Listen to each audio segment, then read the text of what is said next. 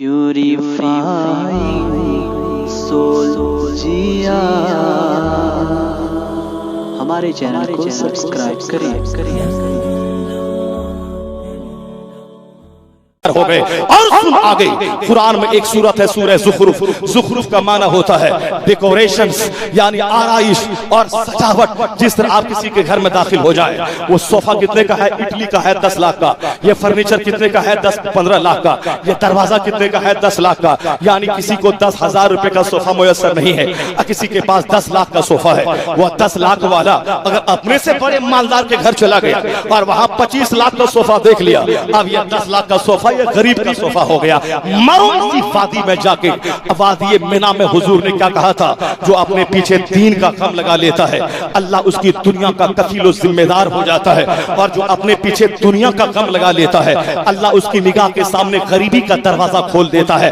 वह करोड़ों कमाता जाता है, मुफलिसी सामने आती जाती है। 10 करोड़ पास में है, 20 करोड़ का सौदा करता है। वह मखरूज होके और के चक्कर में हसरतों मायूसी के आलम में दुनिया से चला जाता है, अपने टारगेट को पा नहीं पाता है। सुनिएगा जरा, मैं मैटर को टच कर रहा हूं, मगर जब बात छिड़ गई है, इस बात को पहले मैं पूरी कर दूं, उसके बाद मैं लौटता हूं दिन रात की तब्दीली में मार्फत की खुराक क्या मिल रही है। बस अपनी गुफ्तगू में आखिर में मैं खत्म कर दूं। मेरे पास अब सिर्फ 15 मिनट का टाइम बच गया है। 2:30 बजे तक मुझको बोलना था, 10 मिनट अब रह गए हैं। जरा गौर से सुनिएगा जो मैं कह रहा हूं। मेरी बात कहीं आगे से ऊपर से जा तो नहीं रही है, समझ रहे नहीं समझ रहे आप? ऐसा तो नहीं कि बिल्कुल हवाओं में अजान दे रहा हूं। बात समझ में आ रही है? बिल्कुल वक्त की जरूरत है, क्योंकि हम समाज में रहते हैं, लोगों के बीच रहते हैं, जानते हैं लोगों की सोच, लोगों की फिक्र कैसी है। दौलत का नशा मुसलमानों को अंदर से ऐसा बिगाड़ दिया है, इसकी सोच भी बिल्कुल हिंदुआना काफिराना होती जा रही है। 3 करोड़ की शादी, 4 करोड़ की शादी, ताकि पूरे शहर में कोई ऐसी शादी न रचा हो जैसी मैं रचाया हो। मैं कहता हूं, सरकारे दो जहां की सीरत और सुन्नत की बात करने वाला हुजूर से बड़ा कौन है? हुजूर की बेटी फातिमा से बड़ी किसकी बेटी है? मौला अली से कौन बड़ा है? हसनैन से बड़ा कौन है? फातिमा ज़हरा की शादी पुराने कपड़े में मुस्तफा कर दें, मस्जिद नबी में चंद असहाब के सामने खुतबा पढ़ के निकाह कर दें, अपनी बेटी को अली के निकाह में दे दें। शाम के वक्त में खानदान की एक खातून के जरिया अपनी बेटी फातिमा को मौला अली के हुजरे में पहुंचा दे। यह है सैयदतो निसाए अहली जन्ना, जन्नती औरतों की मलका की शादी।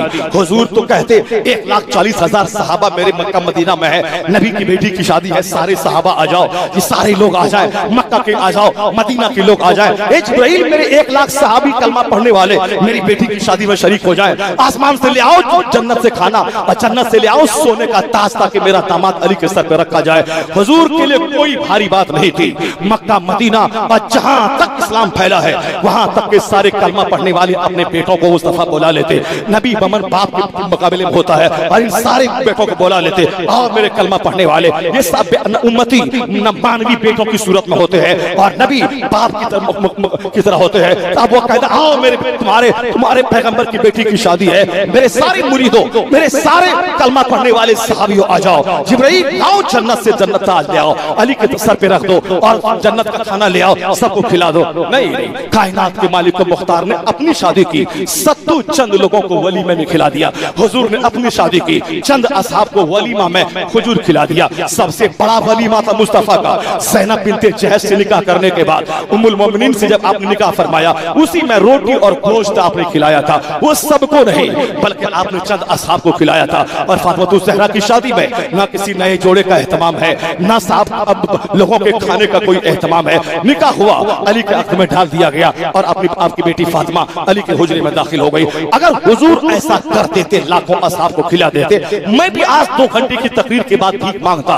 तकरीर का नजराना ये तो साहब स्कूल की फीस में चला गया, राशन की दुकान में, लेकिन 4 बेटी मेरी जवान हो गई, वो बेटी सारी मुअल्लिमात हो गई, और सारी बेटियों की शादी का मसला है, पैसा दे दीजिए। लोग क्या कहेंगे? मौलाना की तकरीर से जो दिल में असर आया था, ये हाथ फैलाया, अब सारी इज्जतों का पानी नीचे उतर गया। लोग भीख मांगते कि सरकार की सुन्नत है, अस्ताना जरूरी है, जेवर देना फर्ज है, कपड़ा देना फर्ज है। यानी मुसलमान ने पेचीदगी में पढ़कर अपनी जिंदगी को तबाह कर दिया।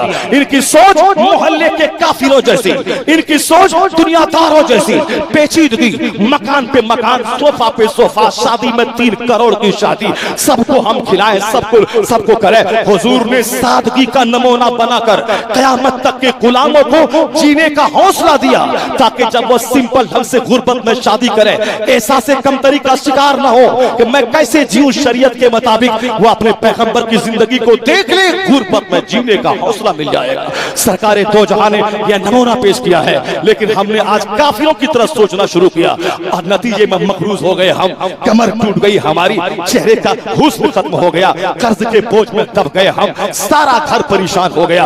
एक ही फार्मूला है नबी का, इस पेचीदगी को कोई दूसरी फिलॉसफी दूर न कर पाएगी। जो सारे लोग पेचीदगी में मुलविस हैं, खान पान की, टोटी को बदलने की, गाड़ी की और इज्जत बचाने की फिक्र है। हजरत, तकरीर करना आसान है, इज्जत बचाना मुश्किल है। समाज में इज्जत कैसे बचेगी, समाज में इज्जत कैसे बचेगी, बोलना बड़ा आसान है। बेंगलोर का एक सेठ मेमन बोल रहा था, हजरत क्या करे, कल इज्जत बचाना बहुत मुश्किल है। मुश्किल तो है ही, जिस समाज में तुम जी रहा है। तेरा एक मेमन भाई बेटी की शादी में 5 करोड़ खर्च किया है और तुम भी उससे मुकाबला चाह रहा है, तेरे पास है नहीं, इज्जत तो बचानी मुश्किल तो हो ही जाएगी। तू तो भीख मांगेगा और ऐसे ही तड़प तड़प के मर ही जाएगा। सुन, मुस्तफा कहते हैं अल बज़ाज़तु मिनल ईमान, सादगी ईमान का हिस्सा है।